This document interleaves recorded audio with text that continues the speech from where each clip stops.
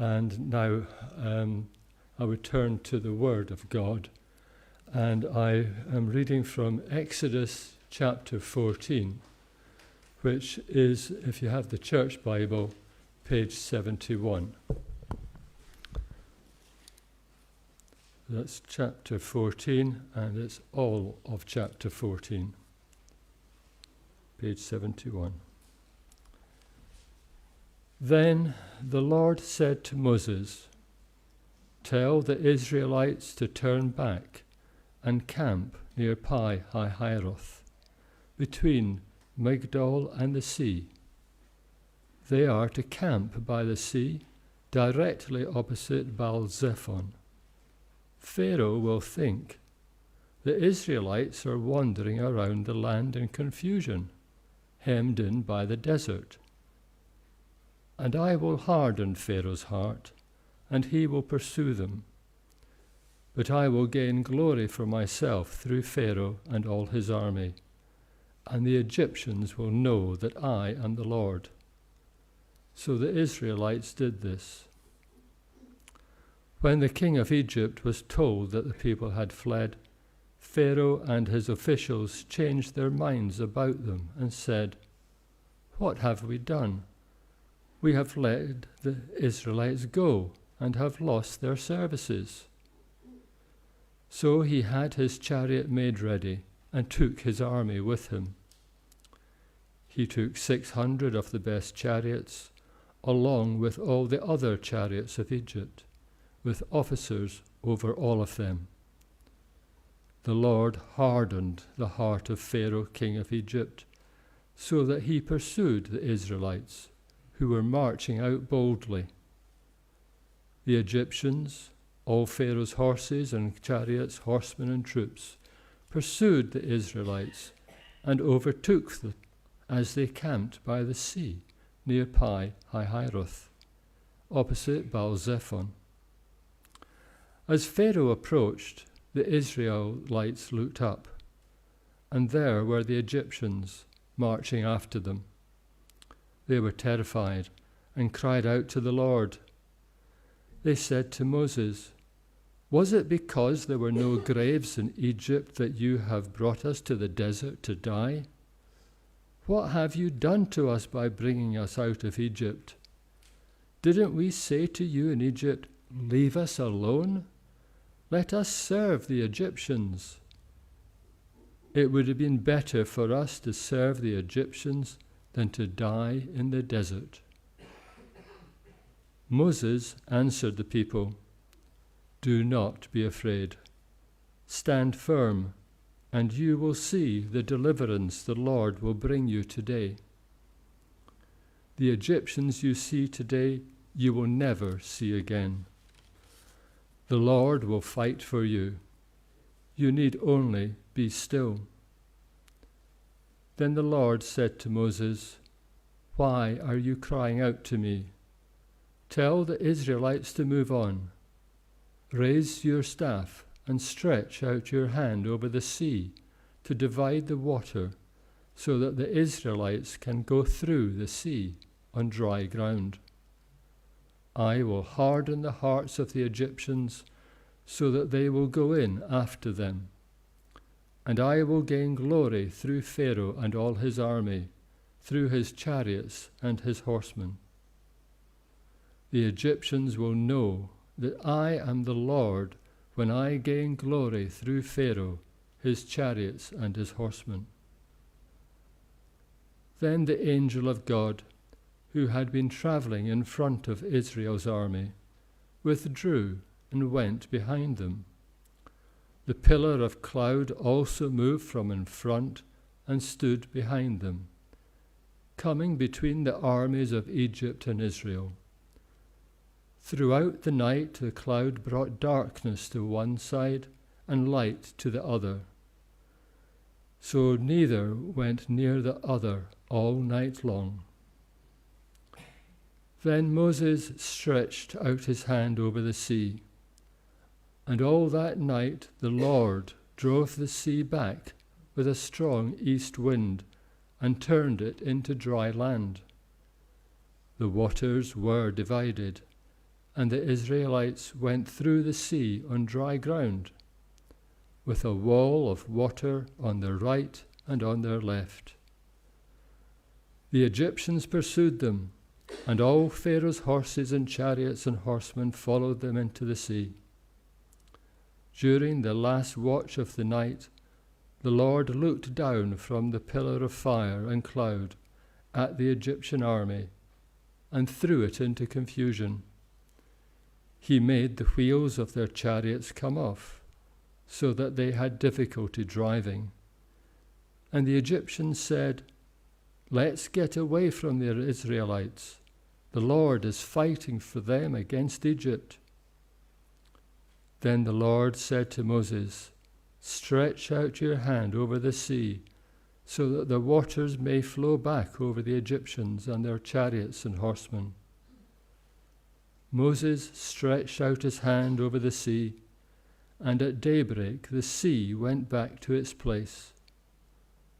The Egyptians were fleeing towards it, and the Lord swept them into the sea. The water flowed back and covered the chariots and horsemen. The entire army of Pharaoh that had followed the Israelites into the sea, not one of them survived. But the Israelites went through the sea on dry ground, with a wall of water on their right and on their left. That day the Lord saved Israel from the hands of the Egyptians, and Israel saw the Egyptians lying dead on the shore. And when the Israelites saw the great power the Lord displayed against the Egyptians, the people feared the Lord and put their trust in him and in Moses, his servant. Thanks be to God.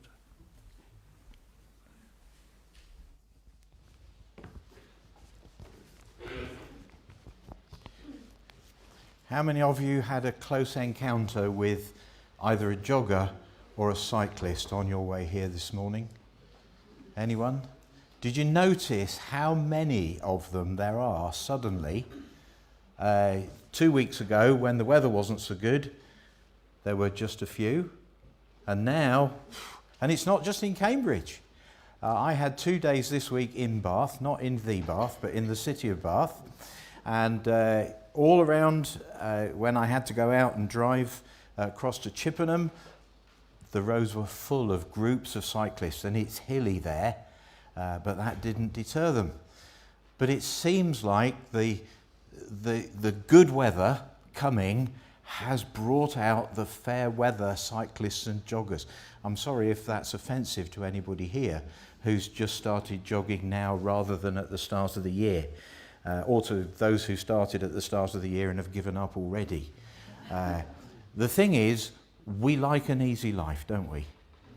And we're prepared to put ourselves out when it's easy, but when things get tough, that's when it's very easy to be tempted to give up and to quit. Here were the children of Israel who had been promised that they would be delivered from Egypt and that they would go into the promised land.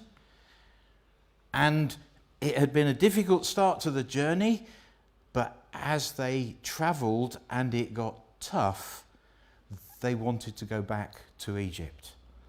And they forgot what Egypt had been like because their memory seemed to tell them it had been better there than it was where they were. Now, let's have a look first at the journey that they were on, right? It didn't seem to be the right way.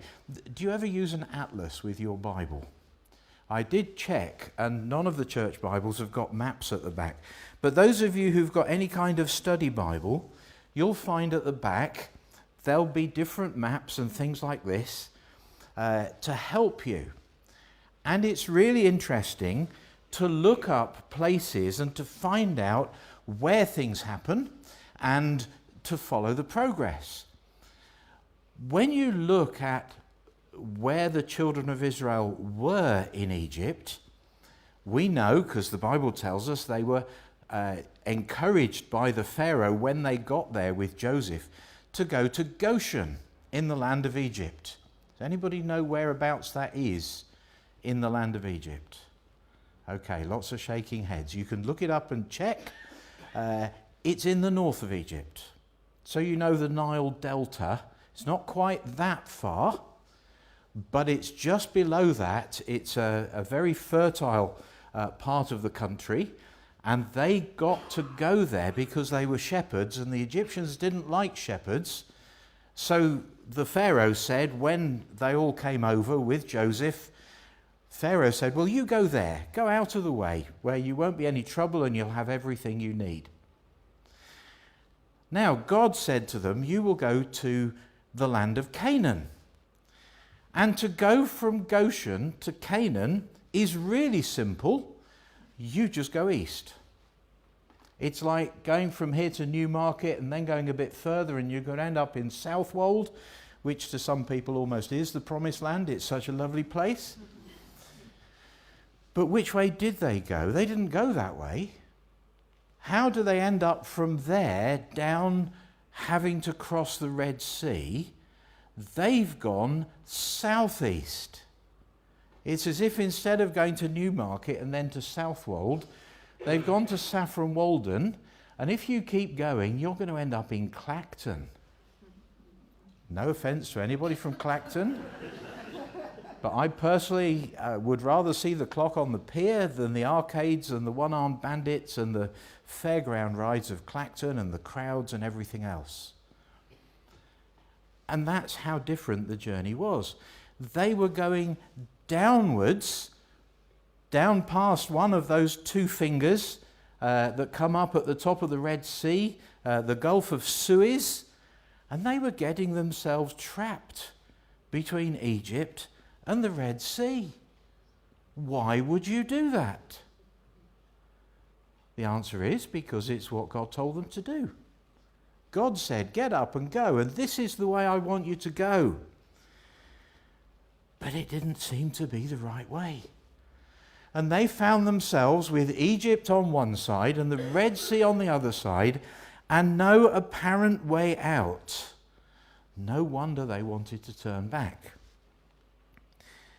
Not only did the journey not seem to be the right way, but it was dangerous.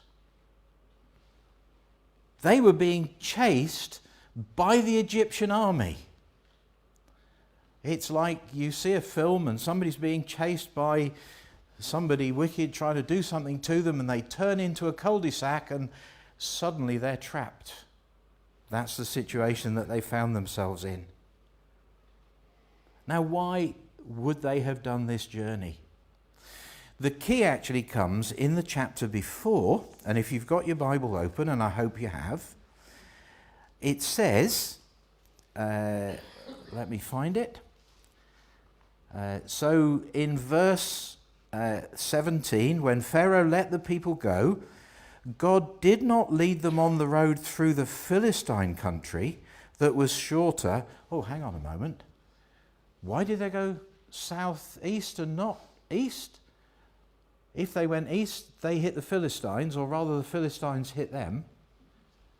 And incidentally, Pharaoh, we don't know which Pharaoh was the Pharaoh at the time of the Exodus, but we're pretty sure it was one of two, and both of those Pharaohs all along that line had security posts with outposts of his army to do his bidding and to prevent people escaping or coming into the country because that's what Pharaoh wanted. And God said, I'm not going to take you that way, even though it's shorter. For God said, if they face war, they might change their minds and return to Egypt. So God led the people around by the desert road towards the Red Sea. The Israelites went up out of Egypt, ready for battle. He chose that route because it was the best route for them in his wisdom, and that's why he led them that way. And his aim was to teach them obedience and faithfulness, and at the same time to glorify his own name. But the other thing about this journey is it involved action. It involved actually moving. Now there seems to be a contradiction here. Let's look at verse 13 of chapter 14. Moses answered the people, "Do not be afraid, stand firm, and you will see the deliverance the Lord will bring to you today.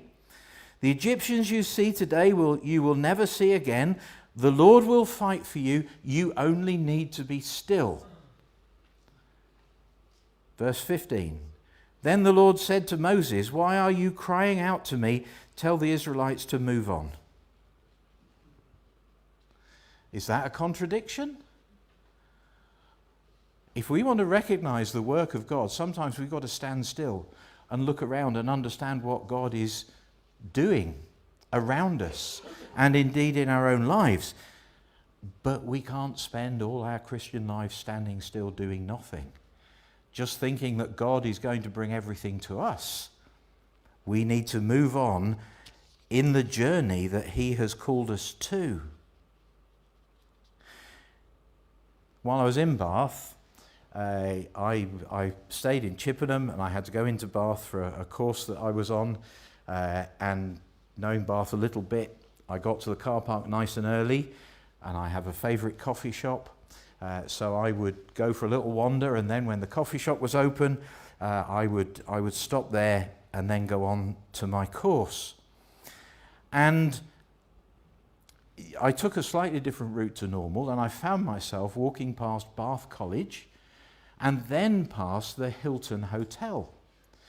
And the Hilton Hotel it's quite a traditional building. It has windows that are frosted to a certain height, and it's a nice hexagonal pattern to the frosting.